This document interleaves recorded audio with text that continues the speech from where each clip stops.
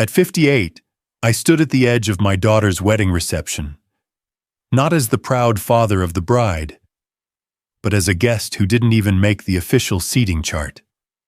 She walked by me, holding her bouquet, laughing with her cousin. Then, she pointed in my direction and asked, "Why is that man always here?" She didn't say Dad. She didn't even look at me. I had spent 3 decades building a pharmaceutical empire.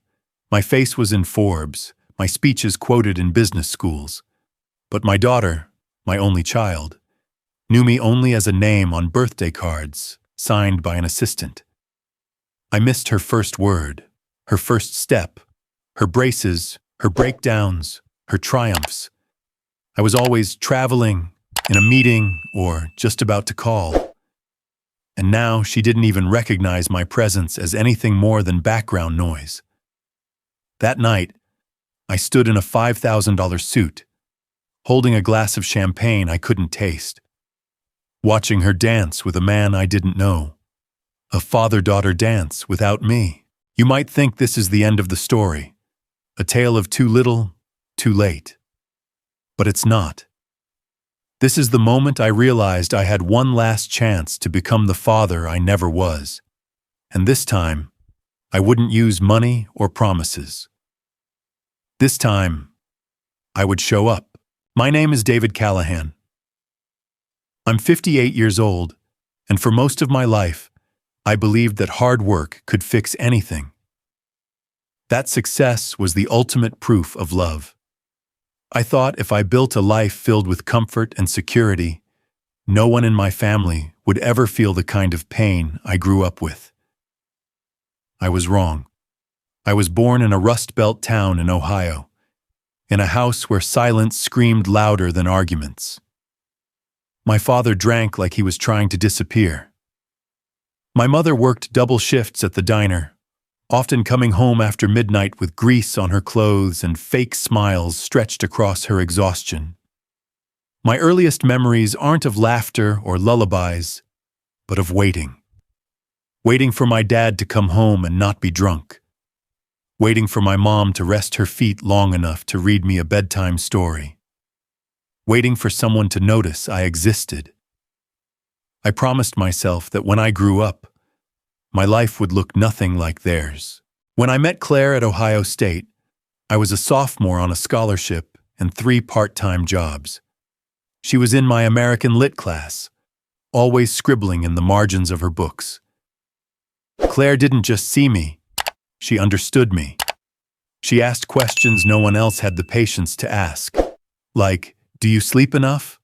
Or, "What do you really want?" She came from a middle-class home with 2 loving parents, weekend camping trips, and framed photos of family game nights. I was stunned by how easily she trusted love, how she believed in stability like it was her birthright. And yet, she never made me feel less than. She believed I was capable of giving what I'd never received, a real home. We weren't supposed to fall in love that fast, but we did.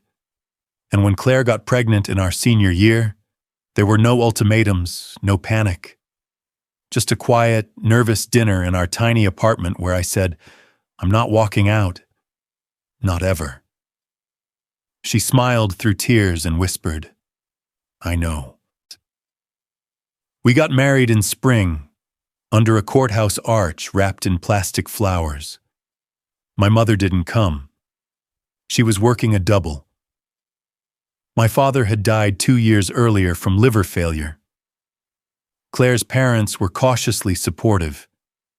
They liked me, but they weren't sure a boy with no father and too many jobs could give their daughter the life she deserved. I didn't blame them. I vowed I'd prove them wrong. After graduation, I landed an entry-level job at a pharmaceutical company. Claire deferred graduate school to take care of our newborn daughter, Emily. I remember holding Emily for the first time, terrified and amazed. She was so small, her entire hand barely wrapped around my pinky, and I remember saying to her, out loud, though no one was in the room, "You'll never feel forgotten. I swear it. I meant it with every atom in me. We moved into a modest two-bedroom apartment. I worked 9 to 5 and delivered food at night. Claire stayed home with Emily and picked up freelance design work during naps. We were exhausted. We were broke. We were happy. I made it home for bath time. We read Goodnight Moon so many times I could recite it in my sleep. On Saturdays, we walked to the park. I took pictures of Emily on the swings. We laughed, and for a while, I thought I had rewritten the script of my life. When I was offered a promotion 18 months later, it felt like a sign from the universe, confirmation that my sacrifices were working. It came with a 40% pay raise, a title upgrade, and a chance to manage a small team. Claire cheered like I'd won a Nobel. We went out for ice cream. Emily had her first taste of vanilla swirl that night, and it smeared all over her face like war paint. I told Claire, "This is just the beginning. One more rung on the ladder and we'll have a house, a backyard, maybe even a dog." She said, "As long as we climb it together." We meant it. We believed it, but life doesn't always break like you hope. Sometimes the things you climb for come with shadows you don't see until you're halfway up. The promotion came with longer hours, business trips, weekend conferences. I convinced myself it was temporary. "Just a few years of pushing hard," I told Claire, "and then we coast." She nodded. She trusted me. And I, stupidly, naively, trusted the idea that presents could be delayed and still count. The next rung on the ladder came faster than I expected. Within a year of my first promotion, I was offered another, this time to regional product manager. It was double the salary I had started with, and it came with a corner office, a team of 12, and a company car. Claire hugged me so hard I couldn't breathe. Emily, then 3, clapped without knowing why. We moved into a townhouse with a finished basement and a tiny patch of grass out front. I had my first real desk. Claire decorated Emily's room with hand-painted clouds and stars. I told myself every hour I spent away from home was an investment in our future. That comfort had a cost. That being there later was the same as being there now. I buried myself in work. I woke up at 5, answered emails before breakfast, stayed late, brought reports home, and scheduled client dinners twice a week. Weekends blurred into spreadsheets and performance reviews. Every task felt like progress, like security. Claire was patient, at first. She believed, as I did, that success was earned through exhaustion. "You're doing great," she'd say, placing a hand on my shoulder when I came home at 10 p.m., smelling like conference rooms and Cabernet. Emily would already be asleep. That became routine. What I didn't realize was how quickly kids notice patterns. She stopped asking, "Is Daddy coming to the park?" and started saying, "Daddy's busy." Her drawings changed. At first, she drew our family, me, Claire, herself, holding hands under a sun. Then, I started disappearing from the pages. One day, Claire showed me a picture Emily had drawn of our family. It was just her and Mommy. I wasn't there. "I think she misses you," Claire said softly. "She knows I'm working hard," I said, brushing it off. "Kids adjust." But the truth was, I was adjusting too. Adjusting to absence. To living like a provider instead of a father. One night, I came home late and heard Emily babbling through the baby monitor. Claire had fallen asleep beside her, a book open on the floor. I leaned in the doorway and watched as Emily giggled in her sleep, murmuring something repeatedly. It took me a moment to hear it. "Mama, Mama, Mama." My chest tightened. I knew, deeply, instinctively, that was her first word, and I had heard it. Not in a celebration, not in a family moment, but through static, alone from the hallway. I should have rushed in, picked her up, told Claire, taken a video. But I didn't, and I had a Zoom call with a European partner in 15 minutes. I stood there for a beat too long, then turned away and walked to my laptop. The next morning, Claire was radiant. "She said her first word," she said, lifting Emily into my arms. "Did you hear it?" I hesitated. "No," I lied. "I must have just missed it." Claire kissed my cheek. "It's okay. There'll be plenty more." But I knew there wouldn't be. Not for me. That was the first time I chose work over witnessing a miracle. It wouldn't be the last. Over the following months, I missed everything. Her preschool orientation, her first scraped knee, her first time singing in front of strangers. Claire recorded it all. I watched them from hotel rooms, from airport lounges, from back seats of Ubers. Each time I told myself, next time, I'll be there. But there was always another meeting, another deadline, another fire to put out. I started measuring fatherhood in gigabytes, videos, photos, digital albums labeled by year. Emily started calling me Dad only when prompted. Sometimes she didn't speak to me at all unless Claire told her to. The space between us widened. Claire tried to anchor us. She scheduled family nights, picked Friday dinners, movie Sundays. I made half of them. Sometimes I canceled the day of. Sometimes I never said I wouldn't come. I just didn't show. I'd walk in to find Claire quietly clearing Emily's untouched plate. The movie paused halfway through. I tried to make up for it. I bought Emily a tablet for her 4th birthday, engraved her name on the back. I had my assistant order matching pajamas for Christmas. I had someone paint a mural in her bedroom of her favorite cartoon. Emily smiled, said thank you, hugged me politely, but it wasn't the same. One night, Claire asked, "Do you even know what her favorite color is?" I blinked. "Pink?" "It used to be. It's yellow now. Has been for months." I didn't answer. Claire sighed. "I feel like I'm raising her alone." I said, "I'm doing this for her." She shook her head. "You're doing this for you, and she's the one disappearing." By the time Emily turned 5, I was only home in snapshots. Weekend mornings before my first emails.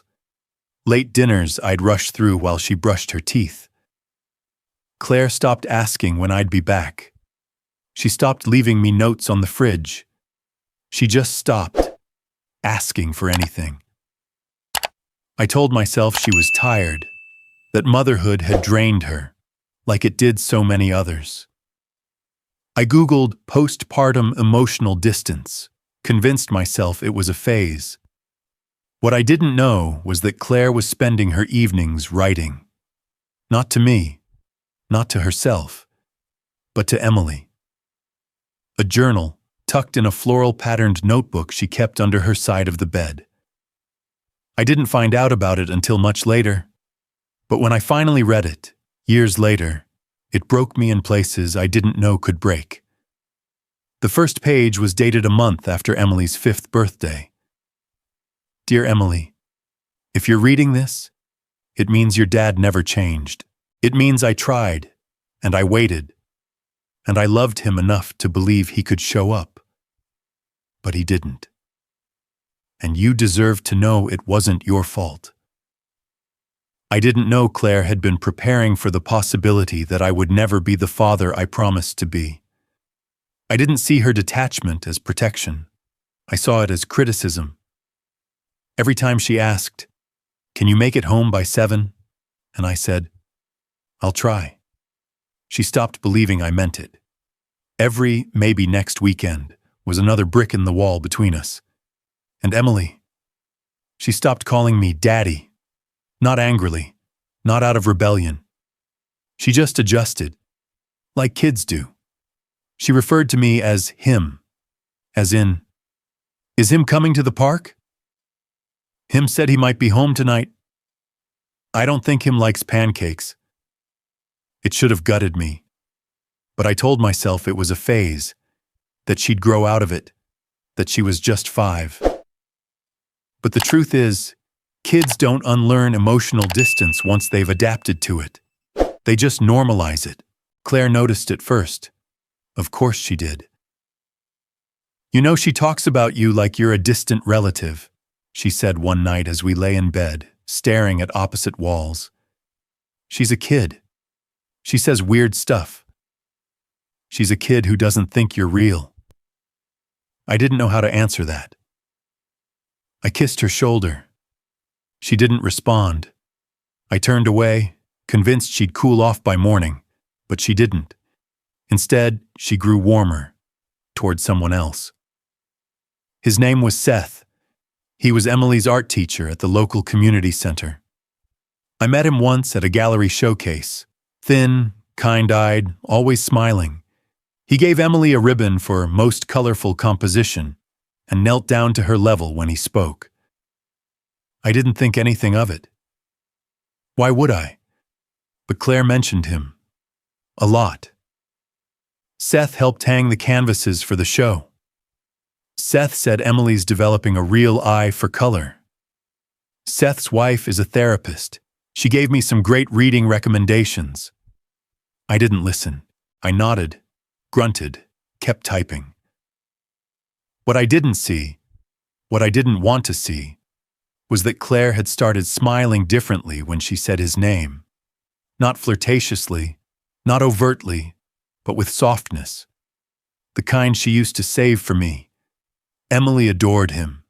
She'd come home with stories about how Mr. Seth said I should draw how I feel, or Mr. Seth told me my clouds look like dreams. One night, I found a sketch she left on the kitchen table. A family of 3, Emily, Claire, and a man with a beard. I don't have a beard. When I asked Claire about it, she said, "He's just her teacher. It's not like that." But something flickered in her eyes, a hesitation, a line she wasn't sure she had crossed. I wanted to confront her, to accuse, to fight. But how do you accuse someone of emotional infidelity when you've been emotionally absent for years? Instead, I poured another glass of wine and sat on the deck alone. The worst part wasn't the possibility that Claire loved someone else. The worst part was knowing she had every reason to, because Seth was present. He showed up. He asked questions. He saw them, both of them, in ways I hadn't in years, and I was no longer the competitor. I was just a shadow they occasionally walked through. I thought I was giving her the world. When I enrolled Emily in a 5-star summer camp in Vermont, horseback riding, music production, outdoor survival classes, I genuinely believed it was what a good father would do. The brochure showed smiling kids with canoes and campfires. The price tag was steep, but I didn't flinch. I clicked Pay in Full and emailed Claire the confirmation with the subject line, "Handled." She didn't reply. 2 weeks into camp, I got a message from the director. "Just a heads up, Emily's been having trouble sleeping, crying at night. You might want to give her a call." I did, during a layover in Chicago. She answered on the 3rd ring. "Hey, sweetheart, how's camp?" "Fine. Just fine. You've got lakes and hikes and art studios. I want to come home." I paused. "Why?" She was quiet, then softly, "It doesn't feel like anything. I miss Mommy." I told her I'd talk to Claire. I told her to give it a few more days. I told her it would be worth it. What I didn't tell her was that I'd already paid for the full term, and that backing out now would be wasteful. That call lasted 3 minutes. I spent more time that evening rewriting a marketing deck for the IPO. The night Claire picked Emily up from camp 2 weeks early, I was in Boston meeting with potential investors. Claire didn't call, didn't text, just sent a picture of Emily asleep in her lap, tear-streaked but peaceful. The caption read, "Sometimes they don't need more. They just need you." I never replied. Instead, I called my assistant to book a week-long staycation package at a luxury kid-friendly resort near the coast. I thought I could win back time through design. Claire didn't go. Emily stayed glued to her mother's side. I spent most of the week on calls from the hotel business center. When we got back, Claire sat me down.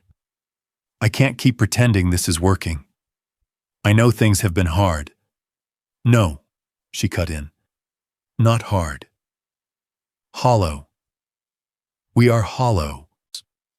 She looked exhausted, not from parenting, not from effort, from loneliness. "I want us to go to therapy," she said. "Marriage counseling, with someone who's not on your payroll." I stared at her, blinking too fast. "Claire, the IPO is in 3 months. Everything's on the line." "Everything's been on the line for 8 years, David. I swear, after this quarter, no." Her voice was firm. "No more after. You either show up with me now, or stop pretending you will." I nodded. I said what I always said. "Okay. Just let me get through this one thing." That thing never ended. The IPO consumed everything, and I let it. Because it was easier to be busy than to be accountable. Easier to promise than to perform. What I didn't know, what I still can't quite believe, is that Emily had already stopped believing in me entirely.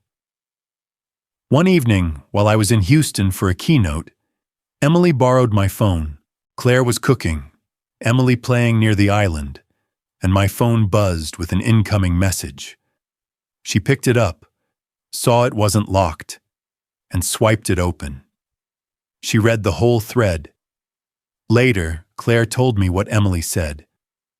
"She came into the kitchen," Claire said, "and she was shaking. She handed me your phone and said, 'Mommy, is Daddy in love with someone named S?'" I froze. "What message?" Claire opened her own phone and pulled up a screenshot Emily had taken. "Don't worry, she suspects nothing." S. I felt the blood leave my face. "It was your consultant, wasn't it?" Claire asked, but it wasn't a question. "Samantha, my brand strategist. We'd worked side by side for 18 months. Long hours, dinners, flirty jokes that were never meant to be anything more, until they were." "I didn't mean for anything to happen," I said. Claire nodded. "But it did. The betrayal wasn't just in what I'd done. It was in the fact that our daughter, our 5-year-old, found out before I confessed." "She cried all night," Claire said. "Not because of the affair, because she thought it meant you wouldn't come back home." I sat on the floor, not because I was emotional, but because I couldn't stand. "Do you know what she calls you now?" Claire asked. "She calls you the man who lies." I covered my face. I had spent so many years convincing myself that provision was enough, that gifts, plans, and promises could patch over presents. But my daughter didn't need a provider. She needed a father. I was sitting in a glass-walled conference room overlooking Manhattan, the hum of traffic below fading into a dull roar behind the sleek interior. The CEO of Pfizer was outlining the potential for a multi-billion-dollar merger, a deal that could define the next decade of my career. My phone buzzed once, twice. I ignored it. Meetings like this were why I was here, to secure the future for my family. I told myself that every missed call was a sacrifice worth making. On the 5th buzz, I glanced at the screen. Claire. My chest tightened. I silenced the phone and sent a quick message. "In a meeting, we'll call after." I focused back on the presentation. Minutes later, it buzzed again and again. The number was relentless, growing urgent in my periphery. When the meeting finally adjourned, I checked my voicemail. 5 messages. The last one was breathless. David, it's Claire. Emily's been in an accident. Please call me back. It's urgent. My heart stopped. The world around me slowed to a crawl. I scrambled for the phone, fingers shaking, but I was still in the building's lobby when the call finally connected. She's with Seth. Claire's voice cracked. They were on the way to the art museum. There was a car. Seth tried to protect her, but she hit the windshield. She's unconscious. No, I whispered. I'm coming. I'm on my way. Claire's sobs echoed through the line, but I was already racing for the elevator, the sound of my pounding heart loudest of all. At the hospital, the sterile white walls mocked me. Machines beeped rhythmically as nurses and doctors moved with calm urgency. Claire stood by the nurses' station, eyes red, cheeks streaked with tears. She didn't look at me. She's stable, the doctor said, but the next 48 hours are critical. I wanted to rush to Emily's side, to hold her, to tell her everything would be okay. But Claire stepped forward first. We need to talk, she said quietly, voice taut with years of pain and exhaustion. There's something you need to know. I nodded, heart hammering. Claire's eyes darted to mine, searching for something. Trust, perhaps, or hope. I filed for divorce, she said, voice barely above a whisper. And Emily and I are moving. I blinked. Moving? Where? To my sister's in Seattle. It's the only place where we can start fresh. I staggered back. You can't be serious. Claire's voice was steady, almost cold. I've been serious for years. This accident just made it real. I wanted to scream, to beg, to blame her, to blame Seth, to blame myself, but the words stuck in my throat. How long have you been planning this? I asked.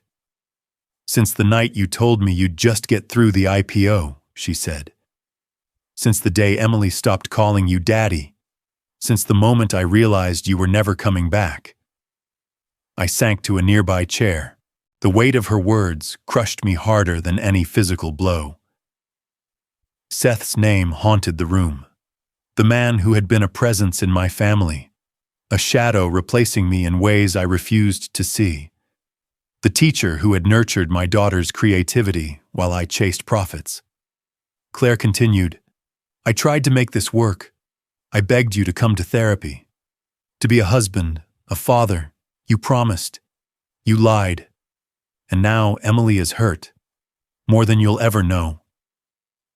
Tears spilled from my eyes, not just for Emily, but for the father I failed to be. The next days were a blur. Emily remained unconscious for nearly 2 days.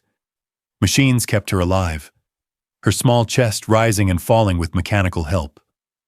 Claire was by her side, a silent sentinel. I stayed in a corner, feeling like an intruder in my own family's suffering.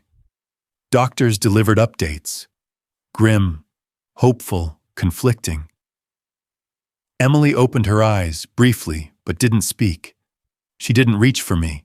I whispered her name, a litany of apologies, promises I wasn't sure I could keep. One night, Claire took my hand. You have to understand, she said, voice low and fierce. This isn't just about Emily's body. It's about what she's been through without you, and what we've been through. I nodded, heartbreaking again. In the sterile hospital room, surrounded by strangers and scrubs, I realized that the career I had sacrificed my family for was crumbling, and with it, the family I had promised to protect was slipping away. The morning Emily woke up was quiet. Too quiet. I'd been sitting in the hallway outside the ICU, wrapped in a blanket Claire's sister had brought me. I hadn't slept. Every second was a war between guilt and helplessness, memories playing like films across the sterile white walls. When the nurse pushed open the door, Her voice was soft. She's awake. I stood, legs nearly giving out. Claire had been inside the room all night. She hadn't left her side, not for a moment. I moved toward the door, but the nurse extended a hand. She's conscious but disoriented. Let's give her a minute. I nodded, heart racing, the ache in my chest pulsing to the beat of my regret. Through the small glass window, I watched as Emily turned her head.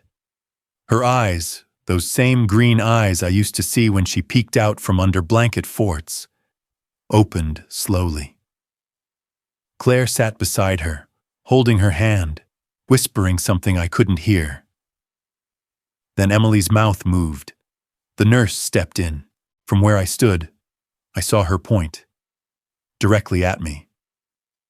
Claire's face shifted. The nurse walked toward the glass, gently pulled the curtain halfway closed, but not before I saw Emily's lips form the words I would never forget. Who is that man? She didn't say Daddy. She didn't say, is that my dad? She didn't even say David. She said, that man. The nurse stepped out a few minutes later. She's alert, she said, but confused. Memory gaps are common. It's best to take things slow. Claire stepped out next. Her eyes didn't meet mine. She doesn't remember me? I asked, my voice brittle. Claire crossed her arms. She remembers me. She remembers Seth. She remembers her friend who brought her birthday cupcakes last month. But you? Her jaw clenched. She asked the nurse if you were security. I staggered backward, like I'd been hit. She doesn't hate you, Claire said coldly. She just doesn't know you. I wanted to argue, to scream that I had always loved Emily, that every dollar I'd earned, every hour I'd worked, was for her. But the words felt empty. Can I go in? I asked. Claire looked at me long and hard. Then she shook her head. Not yet. So I sat in the hallway, for hours, watching nurses and doctors come and go, watching Claire bring Emily juice, adjust her blanket, stroke her hair. Watching my daughter laugh quietly when the nurse drew a smiley face on her leg cast. And I watched all of it from behind a wall of glass. Eventually, I stood, walked slowly to the door, peered in through the small window. She looked so small, smaller than I remembered, fragile, curled like a comma on the hospital bed. I tapped the glass gently. Emily looked up. Her eyes found mine. We stared at each other for 3 seconds. Then she turned away. That night, Claire came out again. She didn't sit. She didn't lower her voice. She asked me today if you were my brother. I said nothing. She said, "Why does that man keep staring at me?" Still nothing. Claire leaned forward, her voice colder than I'd ever heard it. "Do you want to know if Emily will survive this?" My head jerked up. She will. She's strong. She's always been stronger than you gave her credit for. I nodded, relief washing over me. "But," Claire continued, "she doesn't need you. Not now. Not anymore." That cut deeper than anything else. She needed you when she scraped her knee and you were at a gala. She needed you when she was learning how to ride a bike and you sent her a helmet through Amazon. She needed you when she made the honor roll and you responded with a thumbs-up emoji. Her voice cracked. She needed you when she cried at night, thinking you might love your job more than her. And you proved her right. I tried to speak, failed. My throat felt like glass shards. "You gave her everything," Claire said. "Except yourself." I couldn't deny it, not anymore. In the days that followed, I was allowed to see Emily, but only for brief visits.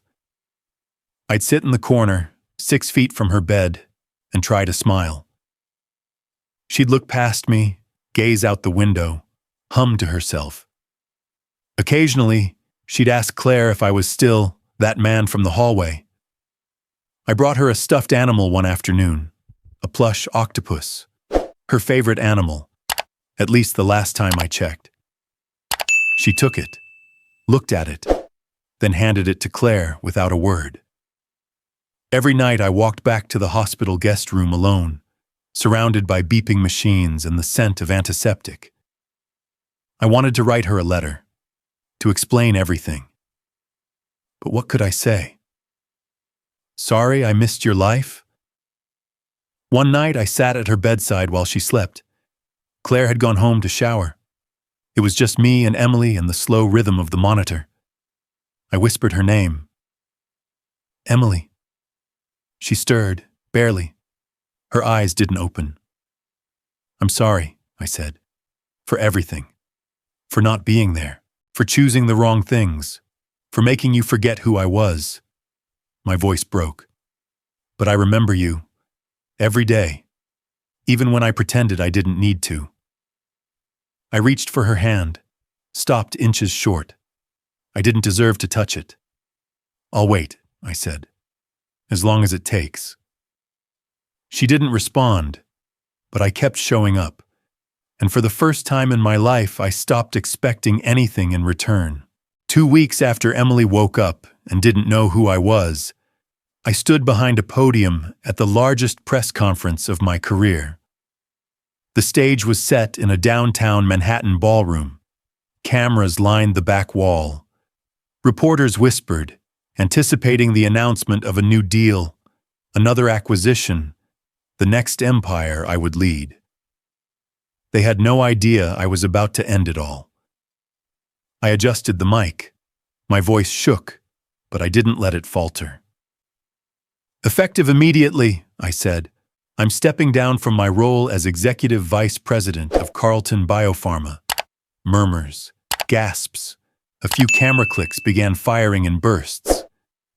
I've spent the last 25 years building this company, chasing numbers, and earning accolades I once believed mattered. But what I've realized, what I can no longer ignore, is that I've lost far more than I ever gained. I paused, swallowed. I missed the life of someone who once called me Dad. Reporters froze. A few lowered their cameras. I won't be negotiating a severance. I've frozen all my stock options, and I've signed over every share of Carlton stock I own, valued at $68.4 million, to a new nonprofit foundation called Emily's Time. I let the name hang in the air. It's dedicated to helping working parents rebuild connection with their children, free family therapy, mentorship, education access, because money doesn't raise children, presence does. The silence was complete. I didn't take questions. I stepped off the stage. Later that afternoon, I met Claire in the hospital courtyard. Emily was stable, improving, but still fragile. She was doing physical therapy, asking questions, regaining short-term memory. Still, she never used my name. Claire sat on a bench, sunglasses covering her eyes, arms folded. You think a press conference and a donation fix this? She said without looking at me. No, I said. It doesn't fix anything. Then why do it? Because I finally understand, I said, and I'm not asking for anything. Not even forgiveness. She looked at me, long and slow. And what is it you think you understand? That being successful doesn't mean anything if your child can't look you in the eye. That I've spent more time talking to analysts than to my own daughter. That I lost the one thing I swore I would never become. My father. Claire pulled off her sunglasses. Her eyes were red. You don't get to rewrite the story just because you finally opened the book, she said. You weren't there when she needed you. You let her forget you. You let me carry all of it. I know, I said quietly. You want to be a hero now? No, I said. I want to disappear the right way this time. She tilted her head. What does that mean? It means I'm going to be here, every day, but not for recognition, not to ask for a seat at the table, just here. Claire stared at me. Then she said something that hit harder than anything she'd ever said before. I don't hate you, but I don't trust you, and neither does she. I nodded. That's fair. That night I started something different. I set up a small camera in my apartment, just a chair, a plain background, and a single light. "Hey, Em," I said to the lens. She wouldn't see the video? Not yet. Maybe not ever. But I needed to say it. To someone. I don't know what your favorite song is. I don't know what makes you giggle uncontrollably, or what makes you cry quietly. I used to think I did. But I didn't. I took a deep breath. So, I'm going to tell you about every day I missed, one by one. I pulled out an old photo from my wallet. Her, 3 years old, frosting on her cheeks, laughing over a birthday cake. "This was your third birthday," I said. "I was in Singapore for a product launch. I missed your party. I sent a gift through my assistant. But I want you to know what I should have done. I should have been there. I'm sorry I wasn't." And so it began. Every night, I recorded a message. Each one addressed a different memory I never made. A moment I chose work over presence. I didn't post them. I didn't send them. I saved them all in a folder labeled "For Emily Whenever." Claire found out 3 weeks later. She came by to drop off insurance forms and noticed the setup. "What's this?" she asked, gesturing at the camera. "I'm talking to her," I said. "Every night." Claire looked at me. "You know she might never watch them." "I know. And if she does, she might not care." "That's okay," I said. "I'm not doing it for the ending. I'm doing it because the middle matters." She stared at me, arms crossed. Then she whispered, "You're different." "I'm trying." "No," she said. "You're quietly different. That's the scariest kind." I smiled for the first time in weeks. I guess that's a good start. The first thing I had to learn was how to boil an egg. Not the flashy omelets I used to request from hotel chefs in Singapore. Not the curated meal prep my assistants once ordered weekly, but a plain, simple, soft-boiled egg. I stood in my rented one-bedroom apartment staring at a YouTube video titled, "How Not to Screw Up a Boiled Egg." And I still got it wrong the first 3 times. There was no housekeeper now, no driver, no concierge to book flights or hold doors. I walked to the grocery store. I stood in line at the post office to mail insurance forms for Emily's physical therapy. I took the bus and missed my stop because I didn't realize they didn't announce them aloud. A teenager had to tell me, "Hey man, you were supposed to get off like 2 blocks ago." Each day was an exercise in humility. I dropped off a library card application for Emily, even though I wasn't sure she'd use it. I started volunteering at a local shelter on weekends. I didn't tell Claire. I didn't post about it. I just showed up, swept the floor, sorted donations, packed meals. I wrote Claire an email once a week. Short, simple, updates only. No pressure, no questions. She never replied. Emily didn't return my texts, not even the "Happy Tuesday, hope your art project's going well" kind. Not even when I attached an old picture of her dressed as a ladybug for Halloween. I told myself it was okay. That showing up without expectation was part of the healing. That even ghosts could learn to knock before entering. And then, one Monday morning, everything changed. I was scrolling on my phone, old habit still hard to break, when I noticed my name trending. Not professionally, not in the usual Forbes or Pharma Insider way. TikTok. I didn't even have a TikTok account. But there it was, my face, on a grainy video. Me, sitting in my apartment, recording one of my nightly messages to Emily. The camera caught the side of my face, the notebook on my lap, my voice saying, "You turned 6 that summer. I missed your piano recital. Claire sent me a video, but I was boarding a plane. I watched it muted, on repeat. I'm sorry I wasn't there to clap." Caption: "Even ghosts try to return." Posted by It's Not You Dad. The video had 2.3 million views. Comments ranged from sympathetic to cynical. "Whoever this is, damn. I hope she forgives him. Too late, bro." Real pain in his voice. She doesn't owe him anything. She posted this? That caption is cold as hell.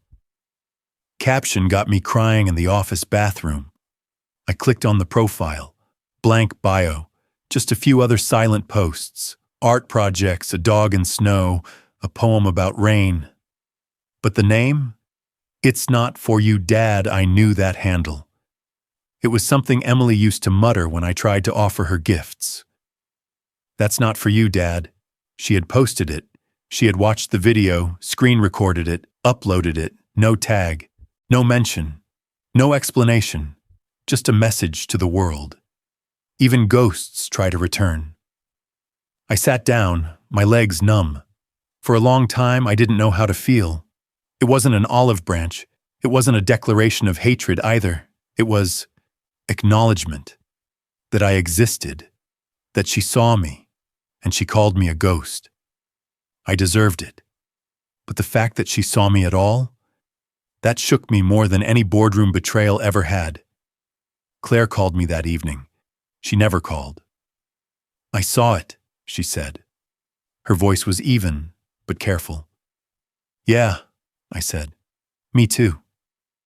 She didn't mean for it to go viral. She thought maybe 20 people would see it. She didn't think millions. It's okay.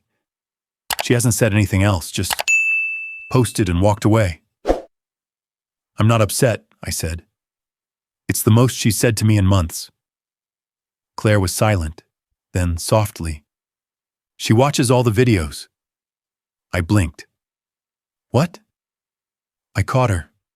One night after dinner. Earbuds in, tears on her cheeks. She didn't stop when I walked in. Just said, "He finally talks like he means it." My chest cracked open. "I don't know what happens next," Claire continued, "but something broke open in her. I think she's listening." I couldn't speak. "Don't push her," she added. "Let her come to you, in her time." "I will," I whispered. That night, I sat in front of the camera again. "Hey, Em, looks like some people heard what I said. That's okay, that's good. Maybe it helps them too." I took a breath. "You called me a ghost. That's fair. I wasn't there. And when I wasn't really there. But I'm here now. Every day. Every word." I looked into the lens. "And I'll keep showing up. Even if I'm just a ghost outside your window." The email arrived at 2:17 a.m. I'd been awake, reading old journal entries I never sent, rehearsing apologies no one asked for. The subject line was blank. The sender was an address I didn't recognize at first, but the signature line gave it away. The message was short. No greeting, no punctuation, no warmth, but it was more than I'd received in years. "I haven't forgiven you, but I saw it. The video.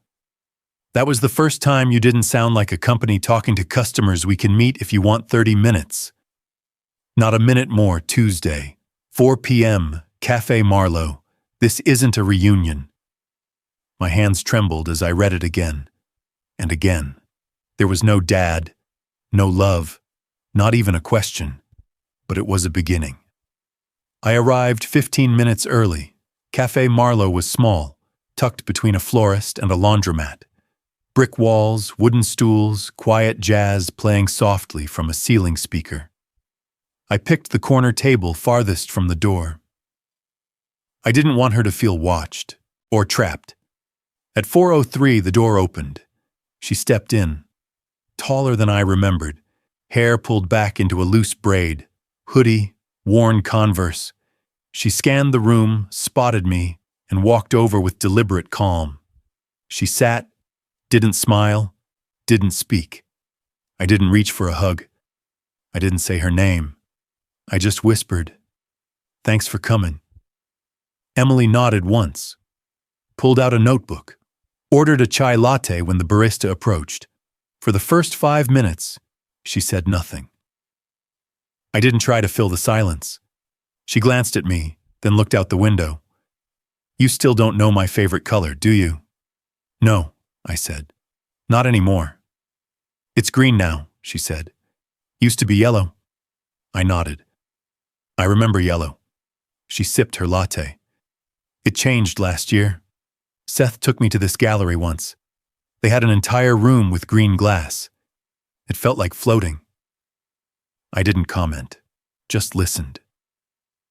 Emily looked at me, eyes sharp. "You still think about work when people talk?"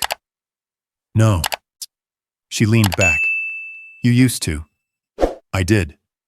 Claire told me you boiled an egg the wrong way 6 times. I laughed softly. "That's true." She cracked a half smile. "Pathetic." "Completely." A pause. Then she leaned forward, elbows on the table.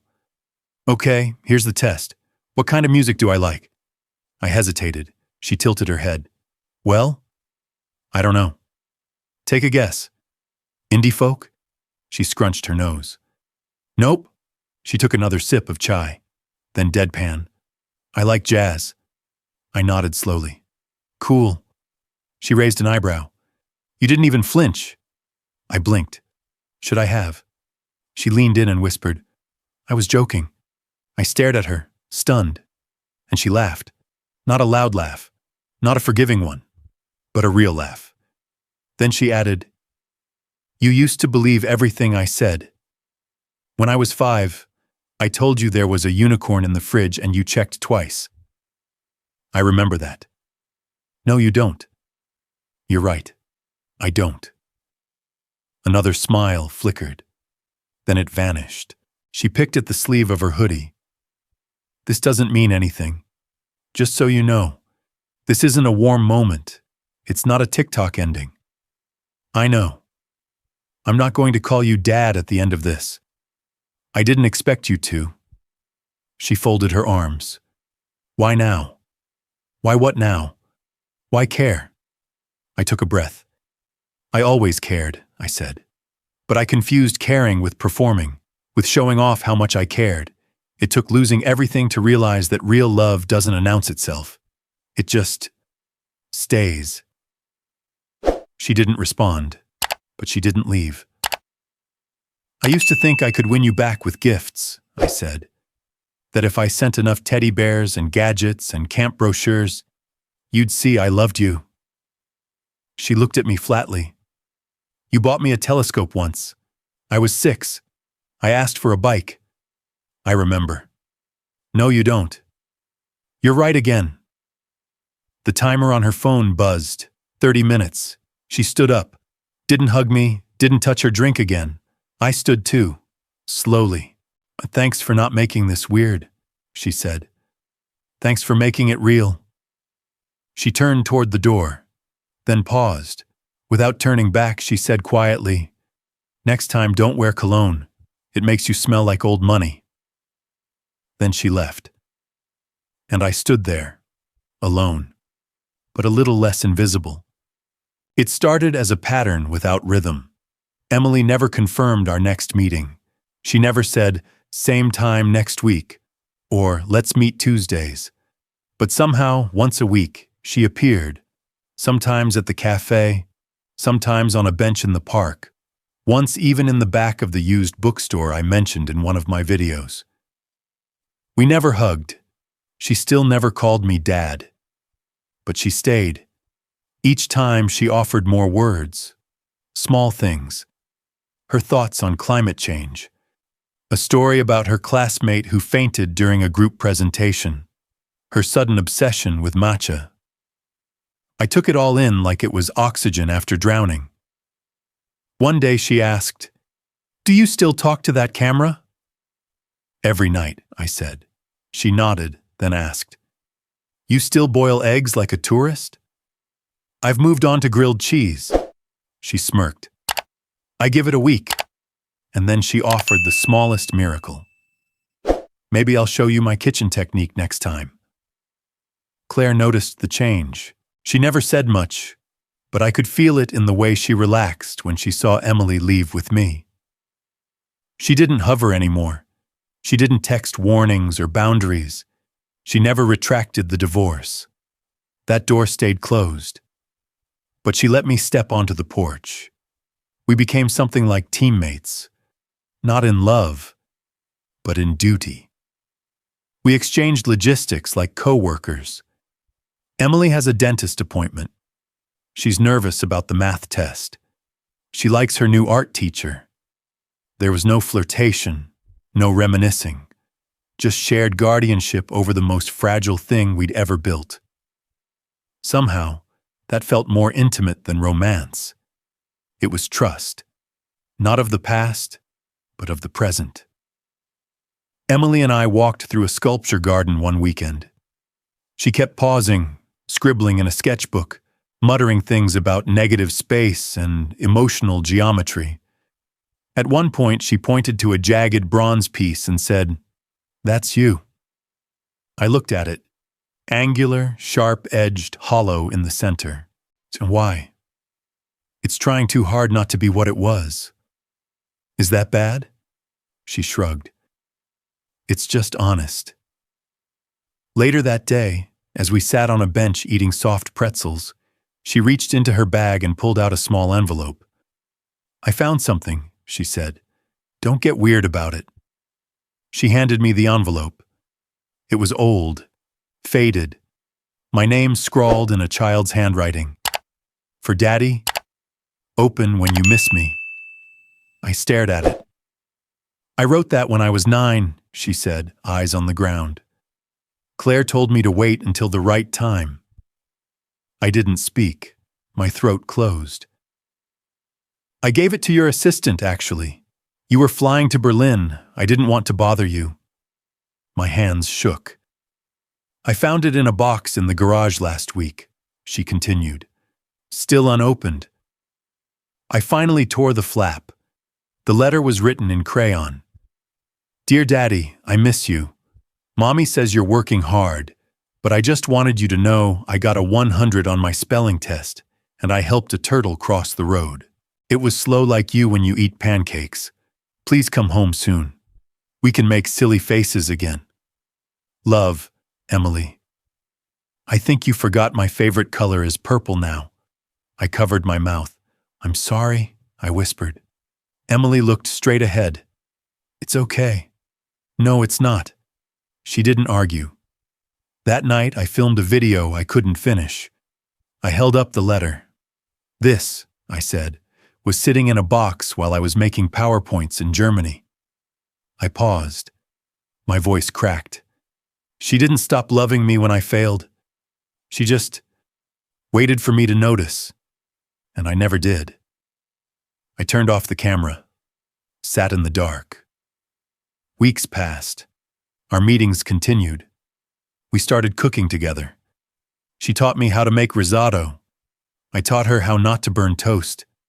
She told me about a boy she liked. I didn't flinch. She asked me about the day she was born. I told her everything. How I fainted, how I cried, how I whispered, "You'll never feel forgotten."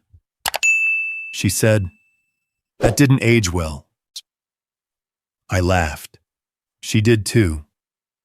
Once, she fell asleep on the couch while watching a documentary. I covered her with a blanket and sat nearby until Claire came to get her. Claire looked at me, said nothing, but placed a cup of tea beside me. It was the first thing she'd made for me in over 6 years. One evening, as we walked through a bookstore, Emily paused at a shelf. "Did you know," she said, "some stars explode so hard they light up the sky for years even after they're gone?" I didn't. She pulled down a copy of The Little Prince. We read this in 4th grade. There's a line about how when someone you love becomes a star, you'll always look up and think of them. She looked at me. You were gone for a long time. I nodded. I was. But sometimes I think I still saw your light, even when I hated it. I didn't answer. She handed me the book. You should read this, she said. Then we can talk about it next time.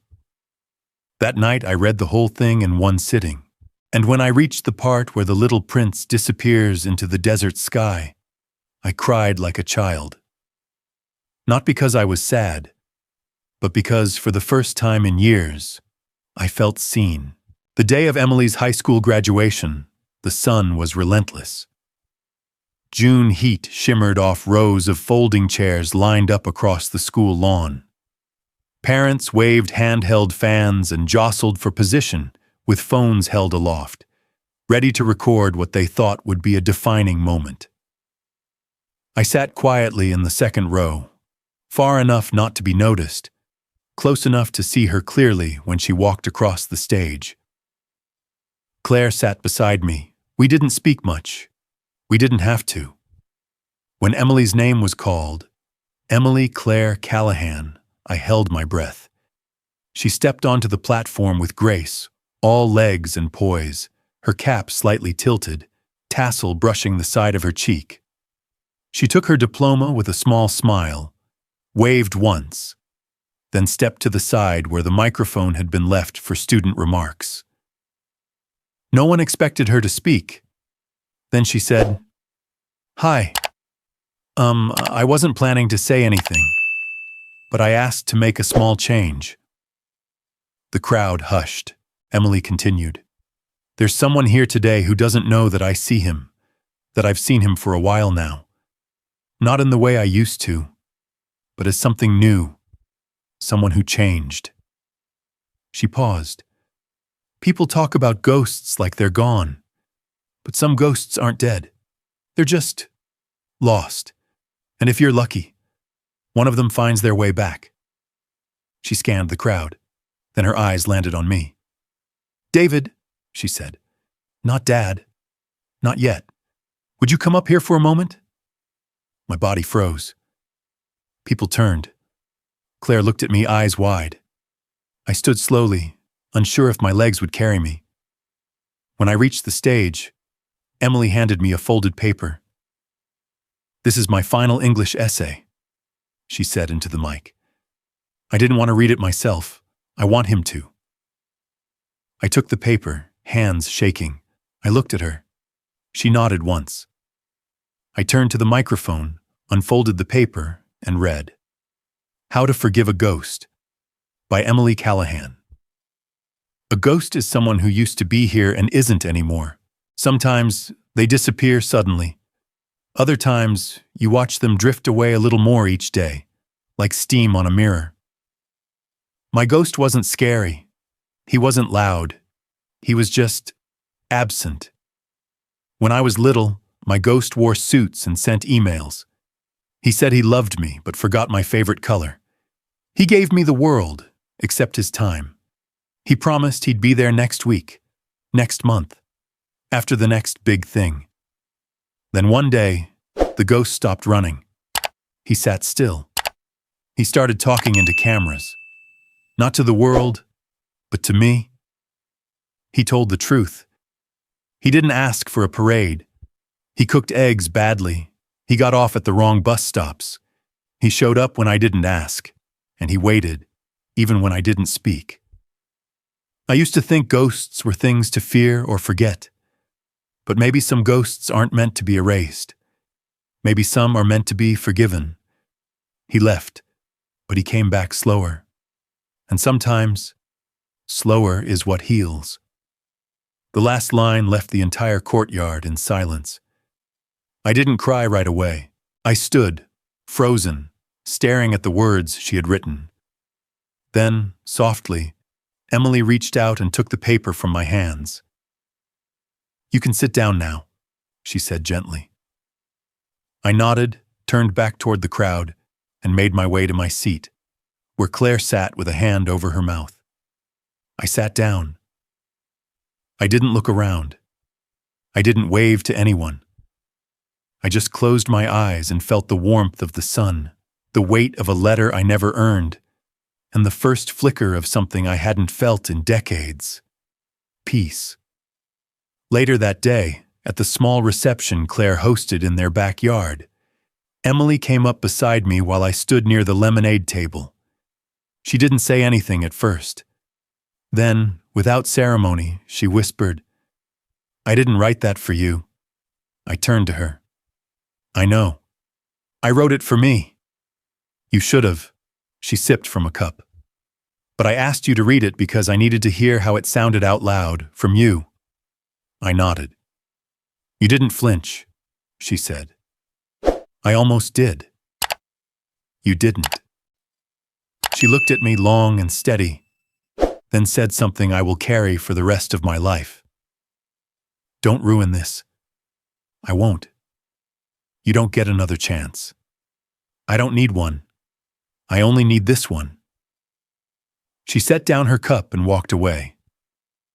But before she left the yard, she called over her shoulder, "Oh, and for the record, my favorite color is back to yellow." 2 years after Emily's graduation, I stood in front of a modest crowd inside a worn brick community center in the suburbs of Pittsburgh.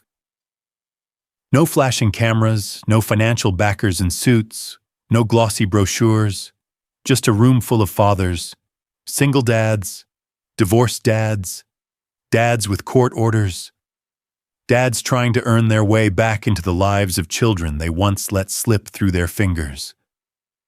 Behind me, a banner read, "The Second Table, a foundation for rebuilding fathers." That was the name I gave it. Not Emily's Time or Callahan Foundation. Just something simple, something true. Because I had learned over and over that sometimes you don't get to sit at the main table anymore. Sometimes you get the second one, and if you're lucky, it's enough. We ran workshops, we offered therapy vouchers, we gave out books and hosted father-daughter art nights. We didn't make speeches about success or preach about presence. We practiced it, quietly, consistently. I used to close billion-dollar deals. Now I passed out snacks to men trembling before their first supervised visit, and I've never felt more necessary. I made just enough to keep the lights on. I rented a 2-bedroom house not far from Claire and Emily. I still took the bus. I still boiled my own eggs. But I was in every picture now. Not the photos you frame for social media, but the ones no one ever sees. The ones taken when no one thinks to grab their phone. A laugh shared at a kitchen table. A pair of hands washing dishes together. A book passed between 2 people without words. When my publisher first approached me about writing a memoir, I said no. The idea made me uncomfortable. I didn't want to be congratulated for basic decency I had long delayed. But Emily surprised me. "You should write it," she said one evening as we folded laundry. "There's power in being the one who admits they failed first." I hesitated. "Would you read it?" "Only if I get to write the foreword." She didn't smile when she said it. It wasn't a joke. So I wrote it. Slowly, carefully, truthfully. I didn't glamorize the money.